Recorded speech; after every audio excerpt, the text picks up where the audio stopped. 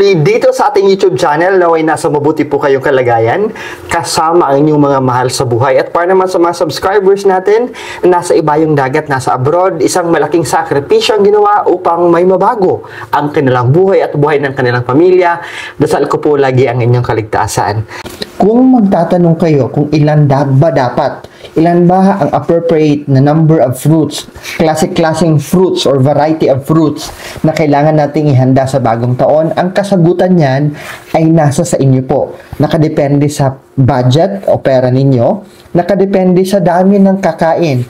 Kasi kung kumplituhin ninyo ang isang katutak na prutas at masisira lamang ito, this is not a good feng shui. You are not inviting a good feng shui. So, paalala ko po sa inyong lahat, pag maghahanda kayo ng prutas at when you follow feng shui, always follow the practicality in feng shui. Ngayon, kung kayo ay talagang siniswerte at masagana ang inyong buhay sa paghahanda ng 13 different type of fruits, 13 na klase-klase, iba't ibang klaseng prutas, and then ipagpatuloy ninyo. Kung kayo ay siniswerte, sabi naman, dapat 12. Kung kayo ay talagang maganda ang maluwan ang inyong buhay, maraming blessings ang dumarating sa inyo, of making ready of 12 fruits, and then go on, ipagpatuloy nyo yan. 12 different types of fruits, ipagpatuloy nyo yan. Ngayon, kung sa tingin niyo ay sa ilang taon at ilang bagong taon ang dumaraan at naghahanda kayo ng prutas at walang masyadong pagbabago ang nangyayari, I am inviting everyone to embrace yung tinatawag nating practicality of feng shui. In feng shui, what we are trying to embrace is the positivity, the energy na mahikayat natin na pumasok at manatili sa buhay at pangkabuhayan natin at sa bawat isang miyembro ng ating pamilya sa buong taong darating. Uunahin ko po ang prutas, iisa-isahin natin ang prutas at ibibigay ko po ang ibig sabihin nito. It's up for you to take note po ha. Ngayon, kung ako yung tatanungin the practical approach, kung mag-isa lang kayo, you can start preparing or you may opt to prepare 3 different variety of fruits. 3 iba't ibang klase ng prutas. Okay na po yan. Magdadala na yan ng swerte. Magdadala na yan ng kasaganahan. Mag-isa lang kayo sa condo unit ninyo. Tapos maghahanda kayo ng 1 dosen ng iba't ibang klaseng prutas. Tapos masisira lang. And that will result na imbis na swerte ang darating sa inyo, ayun, mamalason tuloy kayo. So, I would suggest 3, 2, 1 lang kayo sa buhay kasi nasa malayo kayo. 3 klaseng prutas, 3 variety of fruits ay pwede nyo pong ihanda. At kung ano-anong prutas ang ihahanda ninyo, yan ang topic natin ngayong gabi. Tapos, mayroon pa tayong bonus topic, may mga additional fruits pa tayo. Pauna pa lang po ito. Simulan natin ang mga masaswerteng prutas at ang mga simbolismo ng mga ito. Unang-una na dyan, kung maghahanda tayo ng apple, mansanas, mainam po na 5 perasong mansanas. Ito po ay sumisimbolo ng prosperity at paglago, growth. The round shape, yung hugis bilog po na apple, ay nagdadala ng pagkakaisa and wholeness sa buong pamilya. The round shape ay nagre-representa o sumisimbolo ng unity, pagkakaisa, and completeness, signifying ang payapang pamumuhay kasama ang iyong pamilya at masaganang pamumuhay sa buong taon. Ang kulay naman ng mga mansanas ay kadalasan associated, connected with matamis, peaceful, payapa, at masaganang bagong taon kasi vibrant ang kulay nito. Particularly, apples are in a bright red color which sumisimbolo ng magandang bukas at kaligayahan. Ngayon, sa tradisyon naman ng feng shui Chinese, in Mandarin, the word apple, pag binabanggit po, the word apple is pinggu. Similar or kasing tunog nito ang ping and gu, which means peaceful year, safe year, or mapayapang taon o ligtas na buong taon. Itong linguistic na ito ay kinokonekta sa apple bilang simbolo ng kapayapaan, safety and security ng buong pamilya sa buong taon. In fact, maganda po magregalo kayo ng apple. Hindi lamang ihahanda ninyo sa inyong hapagkainan, but rather, I would like to encourage at gawin nating tradisyon na magregalo tayo ng 5 apple sa ating mga anak. Kung ikaw ay padre de pamilya or ikaw ay ina, you can prepare extra, ilan ba yung anak mo na nakabukod na sa iyo, or friends maybe, o yung malalapit sa inyong puso. Magpadala kayo ng tig-5 apple sa kanila. Because ang binibigay mong peace, prosperity, and harmony through giving will actually babalik sa inyo in 100 folds. Pinaniniwalaan kasi na ang pagreregalo at paghahanda ang paglalagay ng mansanas sa ating mga hapagkainan tuwing bagong taon ay naghihikayat ng positive energy. Ito yung chi energy na gusto nating makuha, ma-achieve in Feng Shui. At ito'y nagdadala rin ng balancing environment. So, you can display fresh apples sa opisina ninyo pagkabalik ninyo from a New Year break, o di naman kaya sa hapagkainan ninyo or on your living room. If you wanted to promote peace, prosperity, good fortune, and growth sa buhay ninyo, kasama na ang mga tao sa inyong paligid sa buong taon na paparating.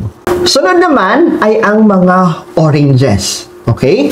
Ang mga oranges ay pinaniniwalaan at sa tradisyon talaga, ito'y nagdadala ng kayamanan at kaligayahan. Ang kulay nito na kulay ginto ay sumisimbolo ng prosperity, kasaganahan. The orange, vibrant golden color ay sumisimbolo ng yaman, ng tagumpay at magandang pasok ng pera. Gold. In Cantonese, ang gold or orange is ju, similar to the word gum. In the linguistic connection nito sa Feng Shui, orange is a symbol like gold. So, pag gold, it is prosperity. Pag marami kang gold, it is prosperity, it is wealth. Kaya nakikita nyo sa mga mall, naglalagay sila ng artificial na money tree, tapos nilalagyan din nila ng mga fresh oranges. Or kung minsan, they are making use of oranges as decoration. Ang orange din po ay sumisimbolo ng abundance and fertility. Bakit fertility? Di ba pagbukas mo ng orange, ilang pulp po ang nasa nandyan? Ilang ganyan ang nasa loob ng orange. The round shape or ang kulay orange plus bilog na hugis nito with maraming buto represents maraming blessings ang darating, maraming tagumpay ang makakamit sa buong taon. Just like apple, ang mga orange din po has been traditionally, kami ginagawa namin ito. Kung hindi apple, we do the orange one. Kung saan yung kaya ng budget namin. Bumibili kami ng ilang boxes nito para lang ipamigay sa mga employees, sa mga business partners, sa mga kapamilya namin. So oranges kasi are often nireregalo namin yan. Kung hindi sa New Year, sa mga bagong kasal, sa mga may bagong bukas na negosyo, nagre-ready kami ng isang basket niyan. In Feng Shui, ina-attract natin gamit ang orange, ang good energy that we wanted to bring good fortune. So we can display oranges. Kung hindi apple, we can display oranges sa mga office natin to promote prosperity, abundance, and happiness. Ngayon, kung bagong bukas ang inyong negosyo, mas maganda magdi-display din kayo ng oranges sa harap. At kung operational kayo sa bagong taon, talagang bukas yung coffee shop ninyo, bukas yung tindahan ninyo, bukas yung restaurant o anumang negosyo mayroon kayo, mas maganda na mag-display kayo ng orange dyan sa harapan. Display nyo lang siya just to attract the chi energy, just to attract gold, just to attract money and prosperity para sa buong taon. Sunod na maswerteng prutas na pwede nating ihain, ihanda, iserve sa hapagkainan ay ang mga pineapple. Ayan. In Feng Shui, it brings good fortune and prosperity. Sa Filipino naman, marami mata, marami kita. Okay? But in Feng Shui, it is prosperity and wealth. Sa Chinese word kasi, the word pineapple is Fing Li. Kahalintulad ng ibig sabihin, fortune arrives. Sumisimbolo ng pagdating ng maraming kasaganahan. Fortune arrives, maraming darating na blessings. While ang kulay, gintong kulay nito ay associated with the golden color. Yung kulay green naman, kung hilaw pa, kasama na yung dahon nito, ay sumisimbolo naman ng paglago. So, the golden color ng meat, ng laman ng pineapple represents wealth, prosperity, and good fortune. So, ang dala ng pineapple sa buhay natin ay abundance and fertility, good fortune, and prosperity. In some culture, pineapple is also being gift. Biniregalo ito sa mga guest natin o kung may bisita tayo na dumating. It could be a business or a client na bumisita sa bansa. Binisita ka sa bansa mo. So, what you do is you serve a pineapple sa hotel room. Buong pineapple sa hotel room niya. Welcoming good fortune and positive relationship. Sa bagong tahanan naman, nireregalo natin ito sa may mga bagong pa-blessing na mga tahanan because we wanted to have a positive relationship sa bagong bahay na titirhan ninyo. In Feng Shui, pineapple are believe or ang mga pinya ay pinaniniwalaan na talagang malakas manghatak ng chi or good energy that brings good fortune, prosperity, and happiness. We can display at isama natin sa basket of fruits natin sa bagong taon ang mga pinya. Ngayon, kung mag-isa lang po kayo sa buhay ninyo o dalawa lang kayo, syempre hindi nyo kayang ubusin ang pinya. I would suggest you can opt not. Okay? Pwedeng hindi nyo isama ang pinya. O pwede naman, bumili kayo, pero yung maliit lang. Mas mainam din po. Take note of this one, mas mainam na kung bimili kayo at pipili kayo ng pinya, yung kasama yung dahon nito, ha? Mas maganda kasama pa yung dahon nito.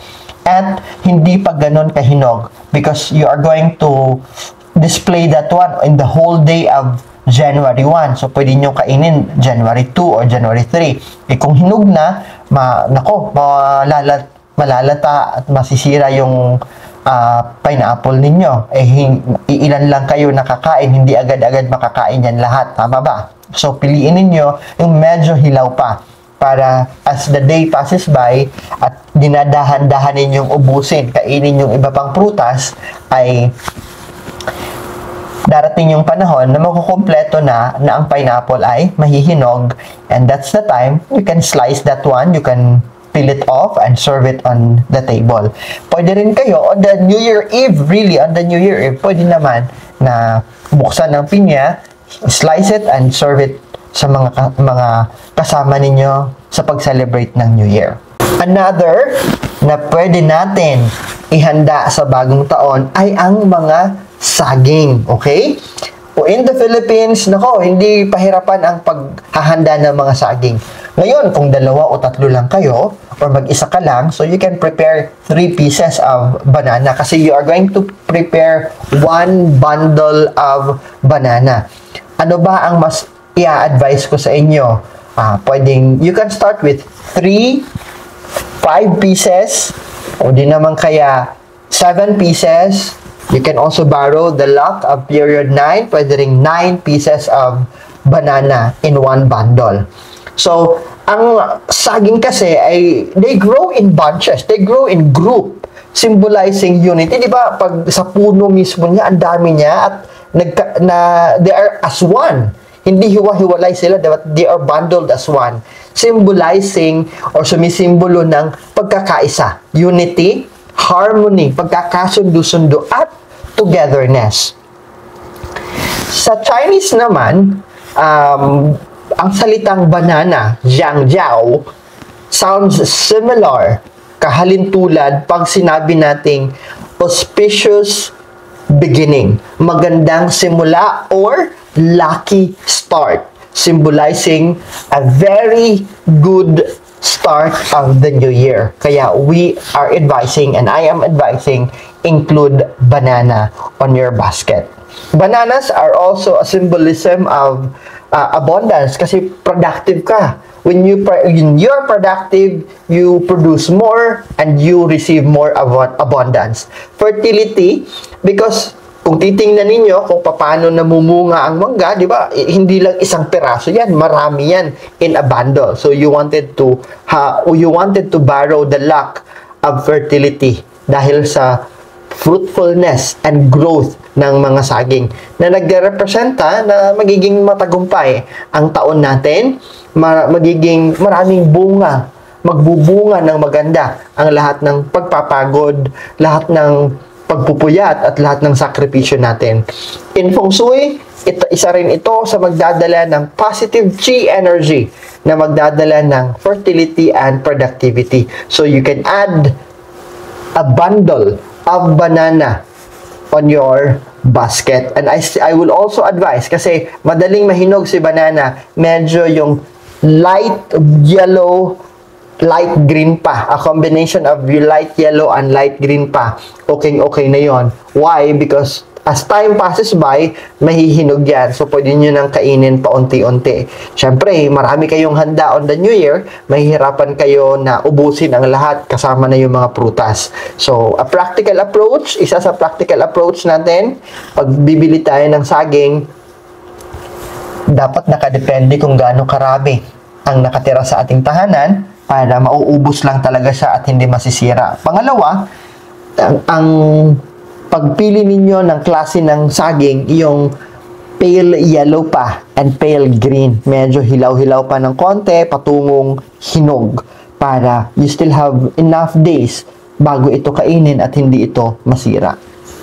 Another bundle of fruits na dapat hindi mawawala sa hapagkainan natin sa pagsalubong ng bagong taon. In fact, even in businesses, we give this as a gift o di naman kaya hinahanda natin, nilalagyan natin yung mga reception area natin, yung harapan ng tindahan natin, a basket of fruits, kasama na dyan ang isang bundle of grapes. Ngayon, Sir Franz, medyo may kamahalan po si grapes. Sir Franz, dalawa lang kami. Tatlo lang kami. Paano yan? So, actually, sa mga malls o di naman kaya sa mga palengke, di ba, may mabibili kayong pera-peraso at nakabalot na ng plastic. So, you can start talagang tipid na tipid kasi I have to be honest, medyo talagang crisis. Hindi joke ang crisis na hinaharap natin ngayon. So, you can start with 3 pieces na grapes na inilalagay sa maliit na plastic. 3, 5 pieces. Eh, kung kayang-kaya nyo yung isang kilo ng grapes, why not, di ba? Pero, syempre, the answer of kaya nyo bang ubusin, nasa sa inyo rin po. Of course, kung mahilig kayo sa grapes, definitely, kaya niyang ubusin. So, ngayon, ang grapes naman ay associated, konektado at sumisimbolo ng abundance and happiness. Dahil sa, di ba, clustered yung bunga nito? So, as you can see on the picture, isang ganyan. Tapos, ilang piraso na nandito, ilang piraso na nandyan, ilang piraso sa kabila, hanggang sa pinakadulo, ilan ng piraso. So, representing na fruitful, maraming bunga tayo aanihin, maraming magagandang bunga ang aanihin natin sa buong taon, na magdadala sa atin ng tagumpay o prosperity sa buhay natin. Ang grapes din po, ang grapes with the color of purple symbolizes wealth and luxury, yaman at yung prominente na ginagamit natin ito, actually siniserve natin ito para sa mga bisita, special nating bisita. In Feng Shui, grapes is believed talagang nagdadala ng positive energy. Kaya pag pinagsama mo yung mga naunang prutas kasama si grapes, nako, napakagandang energy ang dala nito sa buhay natin. Sa Chinese, Ang ibig sabihin ng grapes, many sons and grandsons. So, marami kang apong lalaki. Marami kang anak na lalaki. And sa kalaunan, ito yung naging na-translate as to marami kang darating na blessing. Maraming matutulungin na tao ang darating sa buhay mo. So, sometimes it is associated with the phrase many sons and grandsons, symbolizing na matagumpay ang pamilya, magpapatuloy kung ano man ang mga blessings na natanggap nyo, tuloy-tuloy itong darating. Non-stop, ika nga.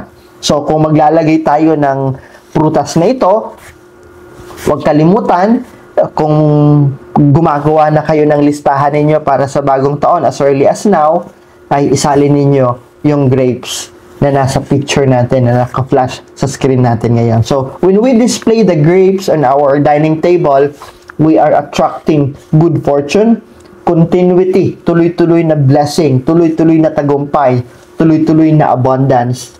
As we set positive tone, positibong enerhiya, positibong atmosphere, positive aura para sa pagsalubong sa bagong taon na paparating 2026. Okay, gusto ko muna magpasalamat dahil sa tulong po ninyo ay naging matagumpay ang notebook mo kinabukasan ko project natin. Nakapaghatid tayo ng tulong sa tribo, sa mga batang naapektuhan noong kasagsagan ng Yolanda.